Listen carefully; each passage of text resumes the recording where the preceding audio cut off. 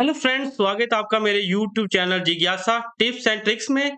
तो आज हम बात करेंगे कि हम स्टीम फ्यूल रेशो कैसे निकाल सकते हैं बॉयलर में।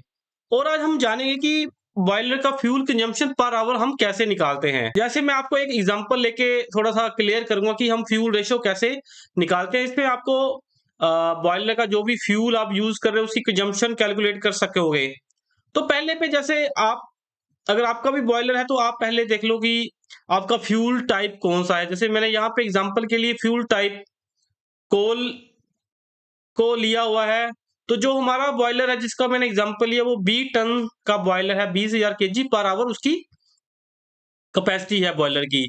तो जो एग्जांपल के लिए मैंने लिया, मान लो कि जो हमारा बॉयलर की जो स्टीम कंजम्पशन हुई है, जो पूरा दिन में जो भी है, अगर कितने जितने भी वो घंटे चला है बॉयलर का कंजम्पशन, तो वो मैंने ले लिया 1,50,000 केजी। और फ्यूल की जो कोल कंजम्पशन हुई है वो आई है 50,000 केजी। तो आपको भी फ्रेंड्स ये दो फैक्टर आपको पहले कैलकुलेट करने पड़ेंगे, या जहां पे भी आपका बॉयलर का जो स्टीम लाइन पे मीटर लगा हुआ है वहां पे आपको ना रीडिंग ले लेनी है, टोटल स्टीम कंजम्पशन और टोटल जो भी फ्यूल की कंजम्पशन हुई है। दो फैक्टर आपको जरूर चाहिए। फिर आगे हम निकालेंगे कि फ्यूल रेशो कैसे निकलेगी और पर केजी उसका क्या रेट है। जैसे मान लो कि फ्यूल का, अगर आप कोल पे चला रहे तो उसका रेट मान लो 5.5 रुपए हमें पर केजी कोल का रेट है। तो जो बॉयलर का रनिंग आवर्स है वो मान लेते हैं कि 10 घंटे हमारा बॉयलर चला। 10 घंटे बॉयलर रनिंग हुआ, मतलब बॉयलर ने एक स्टीम जनरेट की, जो हमारी स्टीम की कंजम्पशन हुई 1,50,000। और उसने जो फ्यूल कंजम्पशन कैलकुलेट किया वो किया मान लो कि 50,000 केजी।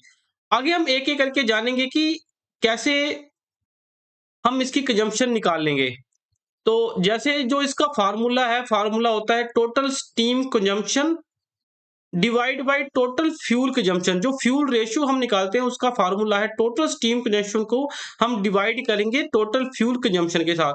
तो टोटल स्टीम कंजम्पशन कितनी है, हमने 1,50,000 और डिवाइड करेंगे हम इसको 50,000 केजी के साथ। तो जो हमारा वैल्यू आई वो आई 3 केजी।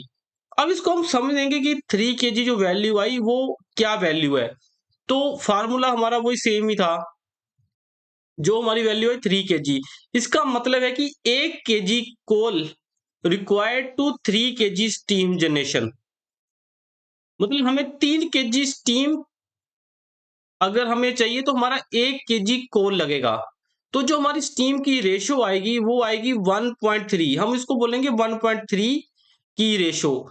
1 केजी कोल से हम 3 केजी स्टीम जनरेट कर सकते हैं, जो इस एग्जाम्पल के हिसाब से आ रही है।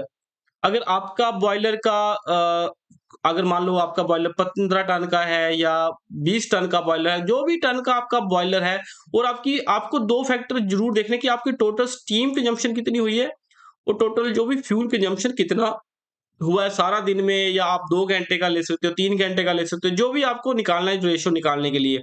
तो जो इस एग्जाम्पल के साथ आया वो आया 1 की रेशियो 3। मतलब कि हमें 3 केजी स्टीम बनाने के लिए हमें 1 किलो कोल की आवश्यकता है।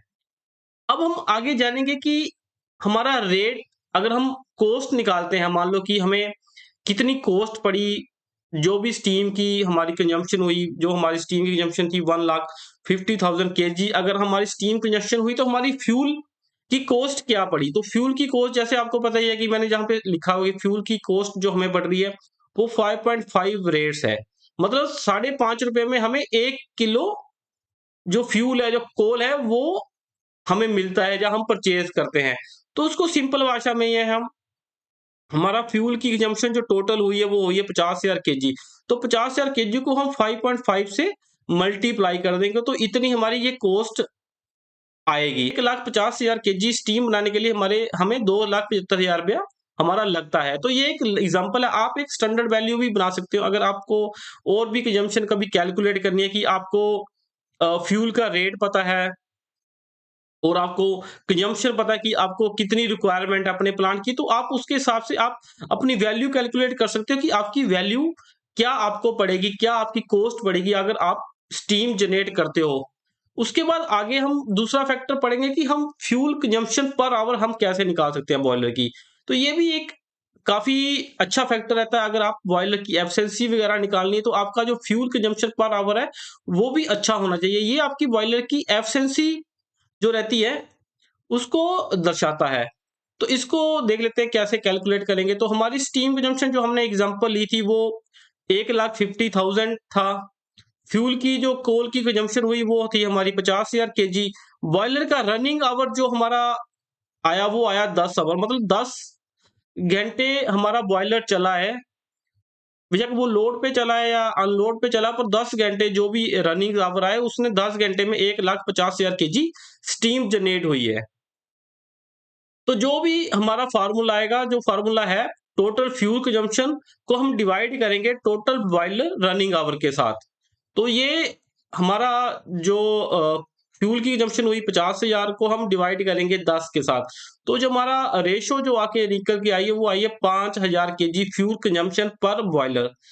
तो जो ये एग्जांपल है उसके हिसाब से मेरा 1 घंटे में 5,000 केजी फ्यूल कंजम्पशन हो रहा है। तो ये एक बेसिक फंडा बन जाता है। अगर आपका बॉयलर में जो जहाँ पे आप कोल डाल के रखते हो, जो चैम्बर बना रहता है जिसमें फीड कन्वेयर वगैरह यहाँ पे लगी रहती है, जो फर्नेस बॉयलर के फर्नेस में जहाँ पे फीड होती है, तो आपको यहाँ पे अंदाजा हो जाएगा कि आपका 1 घंटे में जो भी है, आपका 5,000 केजी फ्यूल कंजम्पशन होगा। तो आप अगर बॉयलर की कैपेसिटी अगर थोड़ा-सा इसकी लोड बनाना चाहते हैं, तो वो इसको आपको डिज़ाइन करने में भी ये फैक्टर बड़ा ही इम्पोर्टेंट होता है।